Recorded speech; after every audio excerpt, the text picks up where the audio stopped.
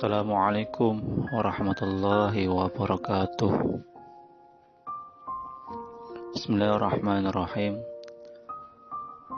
Alhamdulillahilladzi hadana lihadza wa ma kunna linahtadiya laula an hadanallah.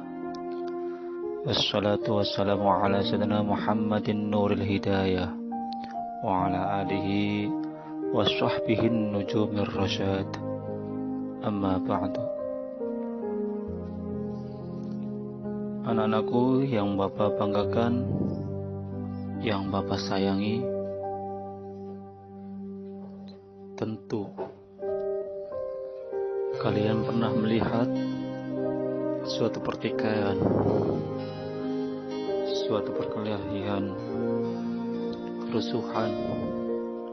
Cobalah kalian lihat kerusuhan antar suku yang ada di Ambon, atau pertikaian antar agama yang ada di Poso, Sulawesi Tengah.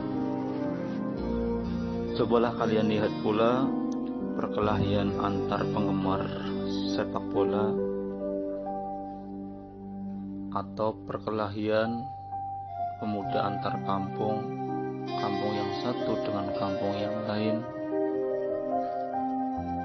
Pertikaian, perkelahian, kerusuhan tersebut terjadi karena tidak adanya sikap toleransi, tidak adanya sikap saling menghormati antar suku yang satu dengan suku yang lainnya, antar kelompok yang satu dengan kelompok yang lainnya, antar individu yang satu dengan individu yang lainnya. Hilangnya toleransi, hilangnya saling menghormati dalam diri akan menyebabkan kerusuhan, perkelahian, pertikaian. Padahal kalau kita telisik lebih jauh, akar masalah yang menjadi sumber kerusuhan, yang menjadi sumber pertikaian, yang menjadi sumber perkelahian tersebut hanyalah sesuatu yang sangat sepele, sesuatu yang remeh-temeh. Bisa jadi persoalan tersebut dipicu karena saling ejek-mengejek. Bisa jadi hal tersebut dipicu karena sebuah canda tawaan biasa. Padahal kalau setiap diri kita punya toleransi, punya saling menghargai antar sesama, perkara yang seperti tersebut tidaklah menjadi pemantik dari kerusuhan, menjadi pemantik pertikaian atau perkelahian. Tidak adanya toleransi dan menghargai perbedaan, perkara yang sepele, perkara yang remeh-temeh tersebut dibesar-besarkan hingga menimbulkan masalah yang berkelanjutan. Masalah yang semakin besar, tak pernah ada ujungnya, tak pernah ada selesainya. Jika sudah demikian, setanlah yang menang. Padahal sejatinya hal tersebut merupakan propaganda setan agar setiap kita dipecah belah oleh setan. Setan akan senantiasa menghasut, terus memfitnah, terus bikin propaganda agar kita terus bertikai, terus berkelahi, dan bercerai-berai. Akibatnya persatuan dan kesatuan yang kita junjung selama ini lama-kelamaan akan hancur, lama-kelamaan akan bercerai. Padahal Allah menciptakan makhluknya dengan beraneka ragam jenisnya, perbedaan bentuknya, dan setiap perbedaan jenisnya itu jangan dijadikan sebuah kelemahan dan jangan dijadikan sebuah pertikaian, perkelahian, perceraian. Tujuan daripada keanekaragaman manusia yang Allah ciptakan dengan berbangsa-bangsa, bersuku-suku, tidak lain dan tidak bukan adalah untuk saling mengenal, saling memahami. Sebagaimana firman Allah dalam Quran surah Al-Hujurat ayat 13 berbunyi, A'udzu billahi minasyaitonir rajim. Bismillahirrahmanirrahim. Ya ayyuhan nasu inna khalaqnakum min dzakari wa untha. Hai manusia, sesungguhnya kami telah menciptakan kalian dari jenis laki-laki dan perempuan. Wa ja'alnakum syu'uban wa qabaila lita'arafu, dan kami jadikan kalian bersuku-suku dan berbangsa-bangsa. Tujuannya tidak lain dan tidak bukan lita'arafu, untuk saling mengenal.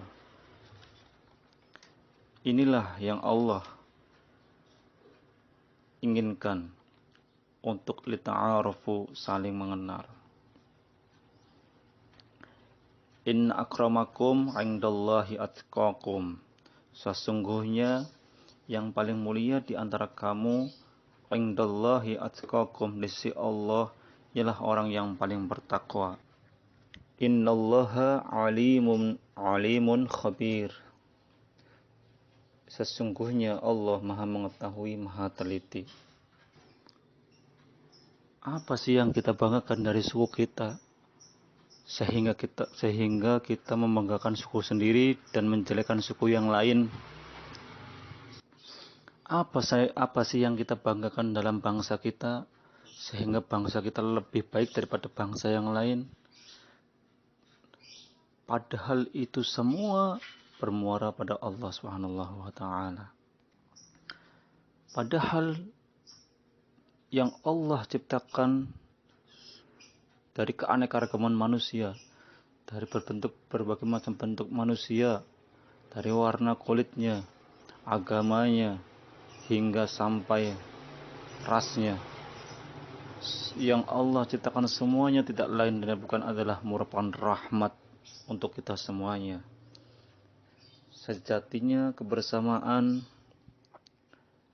keanekaragaman bukan menjadikan sebuah kelemahan, tetapi kebersamaan harus menumbuhkan kekuatan yang luar biasa